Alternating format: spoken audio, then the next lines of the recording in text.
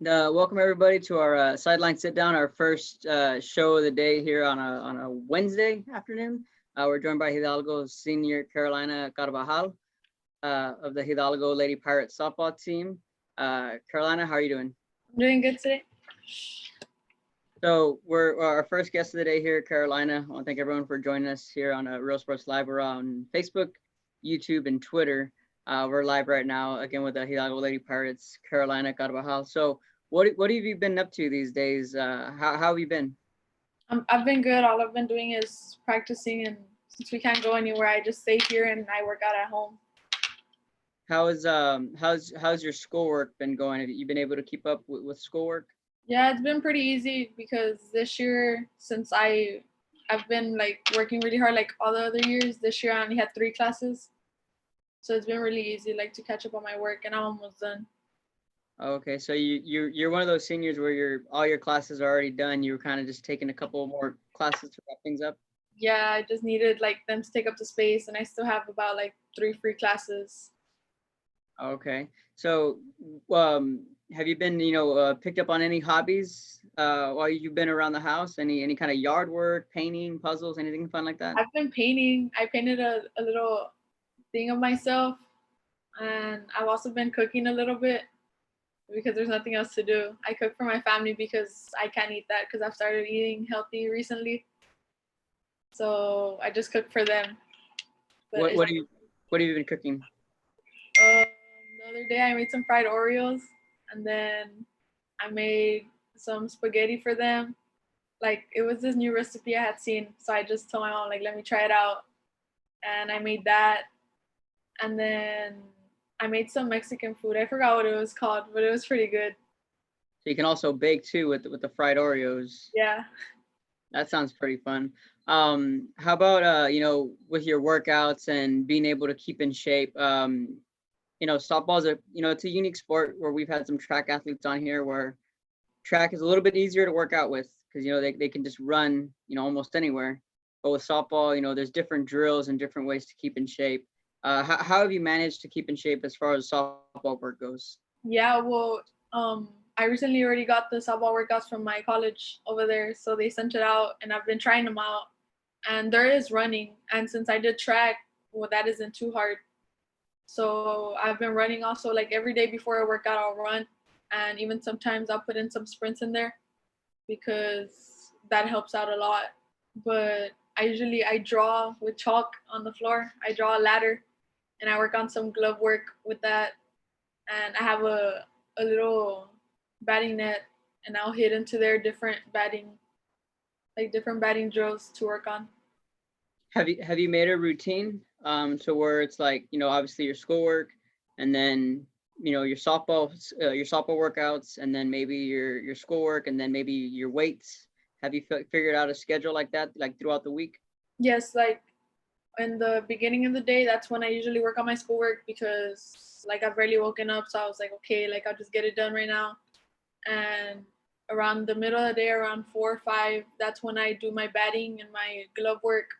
And towards the night already, like when the sun's already kind of down, that's when I go run, and then I come back home and I get my weights and I work out here. Definitely. So the hardest news for all of us, obviously, hearing about spring sports being officially canceled, and I'm sure you, like myself, had a lot of optimism that that the UIL would find some kind of solution for you guys to play, for track to continue. Uh, Going into that last week, I remember specifically it was Friday the 13th was when the last softball game we were involved at, where we were at. What was the last game that you guys played? I know you all were already in district play that Friday. Did you guys end up playing, or what was that Friday like? Yes, we played that Friday because that was the Friday I actually found out about everything. Mhm. Like that's when our coaches told us like about everything, that there was a chance that the sports would have been postponed. And around 4:35, that's when the UIO released that thing on where they had officially been postponed, but we were playing La Feria, and they're already here. So coach is like, okay, well, like we have to play, right? Like they're here, and as of then, we just thought it was gonna be postponed until the 29th. Mm-hmm. Yeah, and So I was just like, okay, like that's what, like 2 weeks, like it's okay. Like we'll still be practicing and everything because the UIL hadn't released that no practice rule yet. So until on that Friday, we knew it was gonna be our last game, but for like 2 weeks, not for the rest of the year. Right. You know, was there any because it was a home game for you guys, right? Yes. That Lafayette came to you guys. So was there maybe some kind of uncertainty when you guys were warming up or getting ready, that knowing that there was just a lot of uncertainty going into that last game? Or what was the mood like when you guys were warming up and getting ready? Our mood in the beginning was actually really, I think that was the best move we've ever been in. But because we knew like we had a chance, like we stayed up there with Rio Hondo for a little bit. So I was like, come on guys, like since I was like the captain, coach told me like, come on, you need to like step up right here. And I was like, all right. So I took the girls and I talked to them and I was like, we need to have fun, but we need to also like know like what we can do. Like we had a chance, but we fell short that game Mm-hmm. because So yeah, you know, and then so then, you know, you're right. You know, that Friday happens. Some games get played, and as of that time, you're right. You know, it was the March, or the 29th yeah, was the day that maybe we could come back. Then we find out it's May 4th, and then a couple weeks ago we just find out that, you know, everything's done. everything's canceled. Right. So just how did you find out the news, and what was the team's reaction when you guys all got together?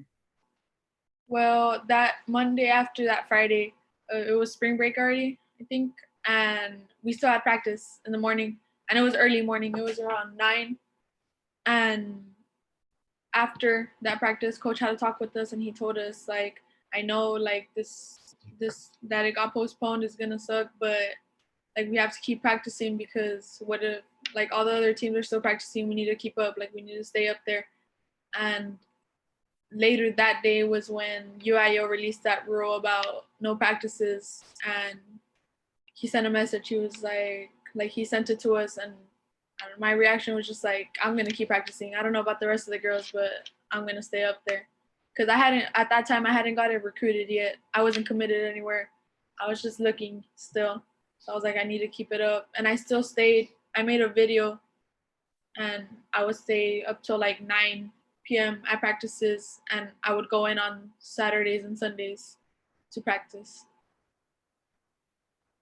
And did you guys have a like a Zoom meeting, or any type of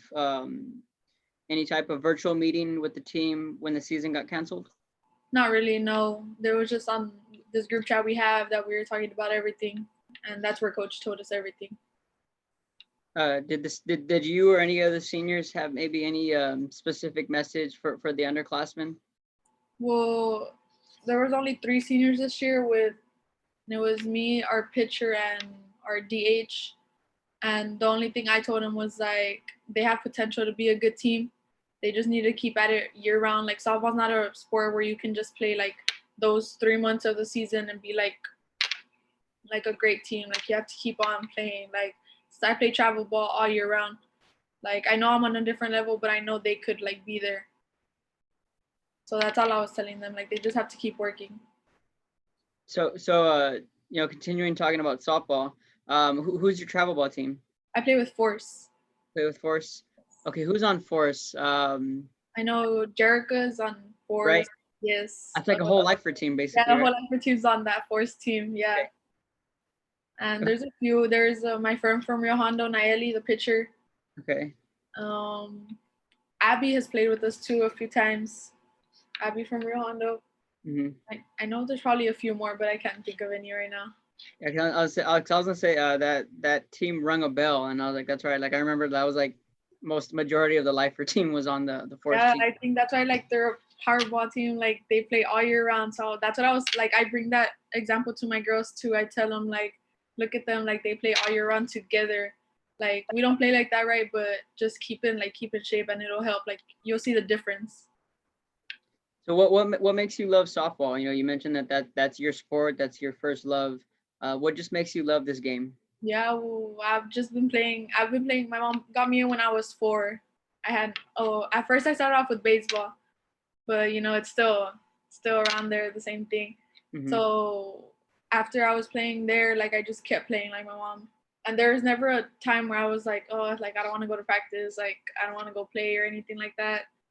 And that's how I just knew, like I just enjoy being out there in the sun. I enjoy like playing. I enjoy being with the teammates like that on like how we would do Sundays, like all day tournaments. Like I would enjoy it even if it was like 99-degree weather and I was burning myself out there.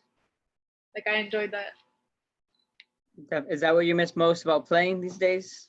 Just the camaraderie and I miss my teammates. I miss the game breaks, the tan lines.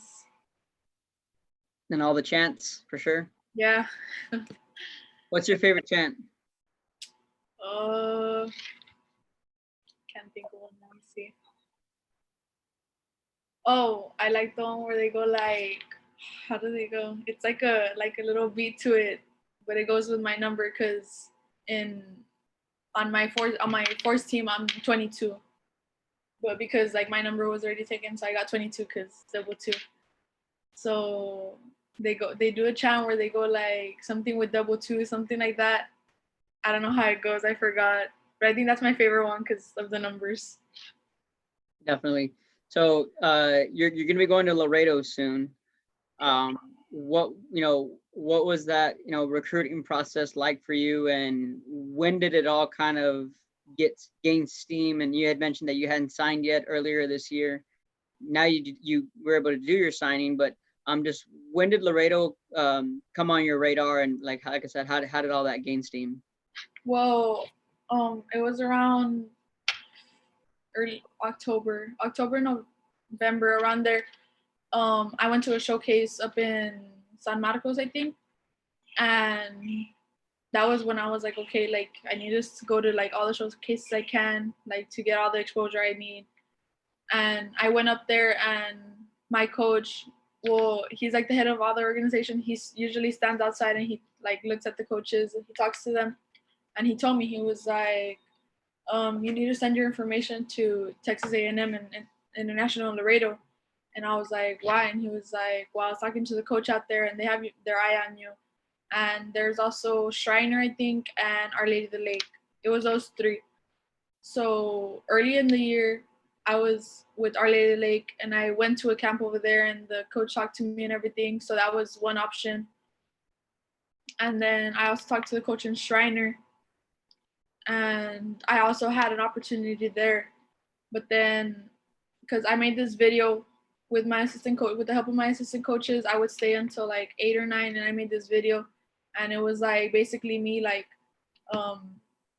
I'm diving for balls, and I was doing some batting practice there, and then I got some live pitches also from an old pitcher from Raiders because like our pitcher wasn't that fast, so I was like, I need like something faster. So I got another pitcher and she pitched to me and I got some ground balls and everything was on that video, and I sent that out to Laredo. I sent it to both the assistant coach and the head coach, and the assistant coach got back to me and he said like that he liked what he saw and that he was going to talk to the head coach, and the next day the head coach emailed me back, and that's where I got like everything. Like he just asked me about my grades and about my financial aid and everything, and if I had gotten admitted to that school, and I said yes, and that was like he told me, like he gave me the offer like right there. Did you I'm sure you visited campus already, right? Yeah, I had been there like before, like showcases before. Okay. And what made you want to go there? Was it the environment, the school, the degree plan? Well, they have my degree plan, so that was one of the reasons. That was one of the first schools I applied to. Like even before they had TB and softball, that was one of the first schools I applied to, because I liked their field and I liked how like the school was set and everything. And Laredo's like a small town, and it's exactly like Hidalgo. Like everyone knows everyone, so I was just like, I'm pretty sure like I'll fit in there. Like so that made me like really like it over there. So that was one of the first, like that was one of my first options. Yeah, Miranda Martinez from Rojando, she's up there in Laredo. So there's a couple of Valley ties Yeah, there. I know there's a few from Wolverines, Piaget. Yeah, Christy Alanis is up there too. Oh, yeah. Yeah, I think I remember her. And there's a few this year also going, I think, if I'm not mistaken. Right. Yeah. So there's definitely a couple of Valley ties up there in Laredo, and the good thing too that it's about maybe 2.5, 3 hours away for your family and for yourself. So it's not exactly too far away. Um, with that being said, was that another reason why Laredo was a fit for you because it wasn't too far away? Well, I was always looking, I would always tell my mom, like, I'm going wherever they take me, I'm gonna go. Like, it could be out of Texas, it could be in Texas, like, I'm going. Like, I need to keep playing. And they knew that was my dream. And my sophomore year, I think, I don't know, CMU, they Mhm. had told me, like, just send us your scores and you're in. Like, because they saw me play one game that they went to go see another girl, but they ended up talking to me at the end, and they told me, but CMU is like really far. Like, I don't, and I told my mom about it, and we talked about it, and I was just like it's far, like it's plane right away. And she said she didn't want me to go there because of how far it was, but that if that was the only school I would go, that she would give me her blessing and like I could go. But I wanted to stay in Texas naturally. Like, I just wanted to stay in here. And not because it was far here. I'm not really a homebody. Like, I don't like being home. Like, I'm never here. Uh, Yeah. yeah, so this must be tough on you. Yeah, I hate it. Like, I hate being just at home or in bed and everything. Like, I need to be out and I can't go anywhere. Right. So I tell my mom, like, she gets a little mad when I say, like, I can't wait to leave, right? But because, like, I've been here, like, all the 18 years of my life. So, like, I can't wait to go and, like, experience new things, like a roommate and like, being on my own over there, like, not seeing them every day. Like, I want to know what it feels like. Definitely. So what position do you plan on playing when you get to Laredo? Well, typically I play shortstop, but I play middle infield. So I know they said that they were looking for a middle infielder. So second, short. I think I have too strong of an arm to play second, but I can play second, like if you put me there. But typically, like, shortstop or second, I could play third base too. So I guess it's just like all that. Wherever they need me, like, I'll play, and I could play some outfield too because I have some speed because of track. Mm-hmm. So I think I could play. I could contribute like anywhere they need me. Definitely. So, let's talk about your signing day, and obviously it was very different from the norm, your normal signing day. Just you were still able to have a little ceremony, and you were still able to sign your name. Just what was your signing day like? Well, my signing day, it was really short notice because I had gotten my national letter of intent on the 16th, I think, and I signed on the 18th. So that's just 2 days difference because they needed the letter back by the 21st. I think they needed it back. So I told my mom, I was like, we need to do it this weekend. Like, if we do it during the week, like, people work. So she said, okay, we'll get it done. And I was gonna do it here at home, like just a little, like little something, like just family come over and for me to sign. But my dad told all his friends about everything, and one of his friends owns this little thing. I don't know what it's called, but like it's like somewhere where you can have like those parties outdoors and stuff. Mm-hmm. So he told him, like, it's there if you want it. So my dad asked me, and I was like, yeah. So we just went there, and in one day we bought everything like that morning because it was at 2. We made it early. It was around 2, and like I went and we set up everything. Like, we got McDonald's before because my mom would tell me, like, before every big thing you would get McDonald's. Like, for my quince when I was 15, like that day I got McDonald's in the morning. And then so she was like, we gotta get, so we went to go get it, and then we went to go set up. And the first person to get there was my athletic director, Stoneball. He got there first. And I don't even know how he went because I didn't give him the address. So I'm pretty sure like the coaches all communicated. Definitely. So my softball assistant coaches also went. And then I had a bunch of family, and I had a few friends from my travel ball team and from my basketball team as well. And they all went there, and well, I signed and I talked a little bit, and then they threw me in the pool with all my clothes on. Nice. So I was like, but it was good. Like, even for being like that, it was good. Like, I did look forward to everything here at school, like the big setup and Mhm. all my friends and everything. But I mean, I think I think it was still a good day like that to sign like that. It's definitely a unique signing day considering the circumstances, and it's just not like you had a good time, and you were able to sign, and you were able to have your friends still somehow, some way, still get involved with the, of course, with the social distancing and stuff. Yeah. Yeah, so that just about wraps up everything here. Before we go, do you have any shout outs to any family members, friends, or anything like that? Well, I want to shout out my assistant coaches because I wouldn't have been able to do this without them. I wouldn't be wearing like this shirt and I wouldn't have signed if it wasn't for them. So I just want to give them a shout out, and that's about it. And my parents. And how about any message maybe you want to give to any of your teammates or anybody else? Well, I'm just telling you guys, like, keep working. Like, it's never too late. Like, trust me. Like, me saying that it was gonna be too late for me to get anywhere, and look where I'm going. So it's never too late. Just keep working. What do you plan on majoring in? Last question. Business administration. Business administration. Perfect. All right, that wraps up our first show, the Sideline Sit Down here this afternoon with Hidalgo, senior multi-sport athlete, Carolina Carbajal. She's a future Dustdevil out in Laredo. So later today at 3, Coach Noe Hernandez, he's going to be joining us. He's a Mission alum coaching track at the college level. Then later today at 5, actually the Zapata seniors are actually going to join us. So it's some 4A softball here today on Real Sports Live. That's at 5. The Zapata seniors are going to be joining us. And then we have a signing also scheduled in between Edinburgh High, Adrian Garza. He's going to be going to TLU. And then after that, later today, of course, the big news with Coach Johnny Cipriano, Santa Rosa is hosting, or they're going to be having that board meeting later today at 6:30. So we're going to be joined by San Perlita coach Nate Garza, former Santa Rosa Warrior Aaron Ramirez, myself, Mark Molina, and Joe Bowling are all going to be on later today.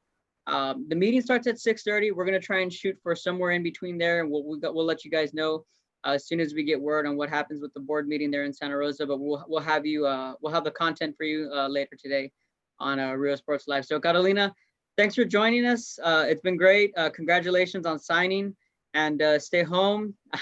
I'm sure once everything goes back to normal, you'll be one of the first ones out and be able to get back to normal. But for now, stay home, stay safe, and stay healthy. And again, thanks for joining us. Thank you.